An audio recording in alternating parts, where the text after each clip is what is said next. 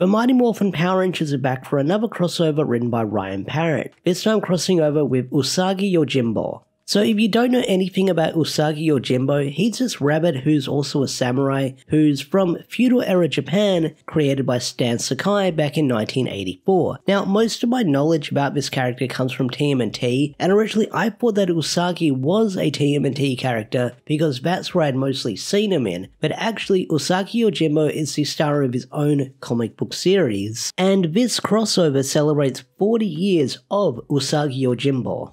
But MMPR/Usagi Yojimbo, written by Ryan Parrot and artwork done by Shawn Daley, is amazing. Especially the artwork here. I want to touch upon the artwork now because the artwork here feels like and looks like what an animated Power Rangers series could be, and Shawn's art style here does give me major Dragon Ball vibes with how some of the heads are shaped and how some of the eyes are drawn for particular characters. Most of the time you have Billy, Zack and Kimberly having their eyes drawn almost like Krillin, and characters like Tommy and Jason will have that sort of serious look on their face with them where they have those Vegeta-like eyes, but during some moments you do see the eye expressions change from time to time. So the art style for this comic book you can definitely put up there with how I would like an animated Power Rangers series to look and feel.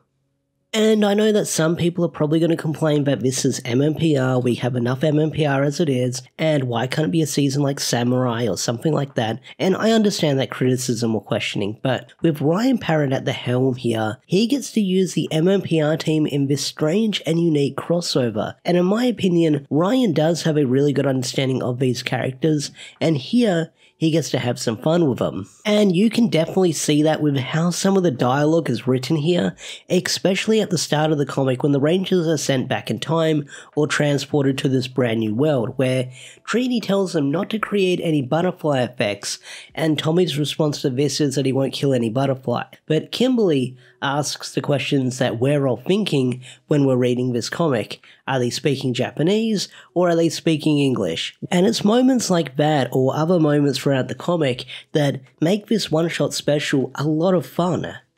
Now for this video, I won't be doing a play-by-play breaking down everything that happens. I'll go over the story, but I'll be touching upon certain key moments that I definitely want to talk about and give a lot of attention in this video. So if you've already read this one-shot before, you probably know what's going to be the main talking point of this video. So with that said, let's jump into the story of Mighty Morphin Power Rangers and Usagi Yojimbo.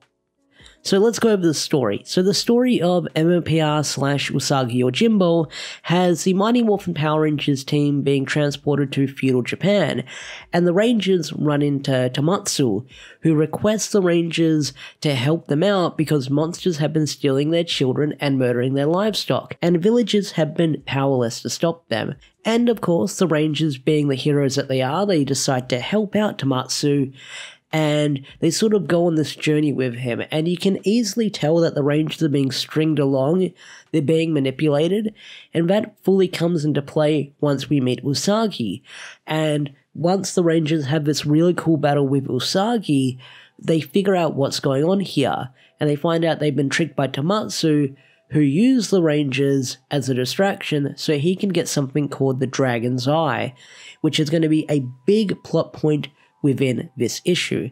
And I really enjoyed the fight scene between Usagi and the Rangers. I mean, Usagi being a rabbit, not only that being a Ronin samurai, you get to see some really cool fight scenes and some really cool fight choreography and some really great artwork here between the two different factions fighting. But Tamatsu is able to get the Dragon's Eye, and the Dragon's Eye is something that he wanted the whole time because you find out that he was the apprentice of this little, like, deer antler girl mage thing that he worked under, and Tamatsu went evil. But Tamatsu able to have the Dragon's Eye. It does have some effects on our heroes. Kimberly and Tommy are almost killed, and Jason knows that he was taken advantage of, and he almost goes down this path of revenge because the mistakes that he made, getting taken advantage of, it put his friend's life in danger. But after hearing a speech from Usagi, he learns that revenge isn't the answer to avenge his friends. So the confrontation we have between Tamatsu and him trying to summon Shinonome, I hope I'm pronouncing that right, but the final confrontation we get between our heroes and the villains is freaking insane. So you have the Rangers confronting Tamatsu, and they morph. And instead of morphing into their regular Mighty Morphin suits, what they morph into is a brand new original design for these comics. And that is these sort of Power Rangers samurai shogun-esque forms we get that look frickin' insane. Like, I don't know where to begin with these suits. I just freaking love them. You can see that they've still got like the MMPR like suit underneath, and then they've sort of got like the Japanese like clothing atop of it. But not only that, their weapons have changed as well. I mean, Kimberly's got more of a traditional Japanese bow. Tommy's rocking more of a different kind of dagger. Trini's got different weapons going on. Billy's got like different weapons going on. Zach's got a giant axe. He looks like freaking Bui from Yu Yu Hakusho, which is crazy. And Jason's got a big-ass sword with a dragon mouth in it. And it looks freaking amazing. Like, I love these designs. Like, these designs are cooking. These designs look freaking amazing. And when I turned the page and I saw them, my jaw was dropping. So, we have Shinonome able to get summoned, and we have this giant Shenron-looking dragon, and the Rangers trying to stop it, they end up summoning the Dragon Zord. But not only that, they're Zords as well, and we see the Dragon Zord battle mode getting activated. How does it get transported to this different dimension? No idea, but just roll with it, because it's really awesome to see this giant Zord and Shenron battle between the two of them.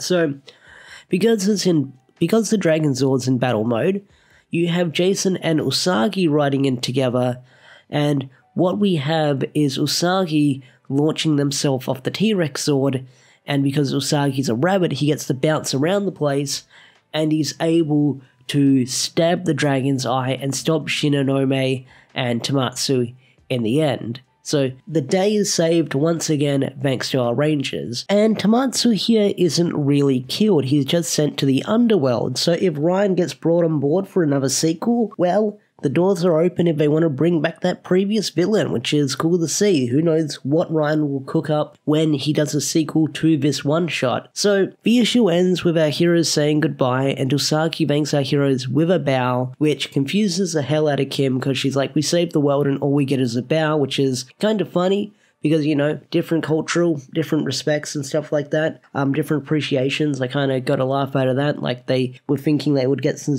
big parade, but instead they just get, like, a bow of appreciation. Kind of funny in a way, you could say. But Usagi says he'll go wherever he's needed, because he's a wandering Ronin. But Billy says that they managed to find 2 versions of the Dragon Eyes, and it looks like they need to put it back together again, so that is definitely setting up the sequel later down the line, if pieces of the Dragon Eye is scattered out there. But our Rangers are soon transported back to their dimension, they're back to their timeline, and Usagi is left wandering about, and we'll probably see him again later down the line. And that's pretty much Mighty Morphin Power Rangers / Usagi Yojimbo, and overall, I thought this was a pretty good one-shot. I really enjoyed this one-shot.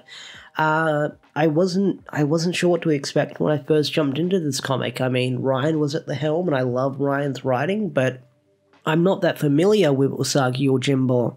But having the Rangers team up with this rabbit was a lot of fun, and I hope we see more crossovers like this in the nearby future. I mean, we've got like Naruto and the Ninja Turtles teaming up, Ninja Turtles and He-Man teaming up, like, Ninja Turtles teaming up with everyone these days. But hopefully we get more Power Ranger crossovers in the nearby future. I know we get like once in a few blue moons. We just wrapped up the Godzilla one. But hopefully we get something like this later down the line, because Usagi's owned by Dark Horse Studios, I believe.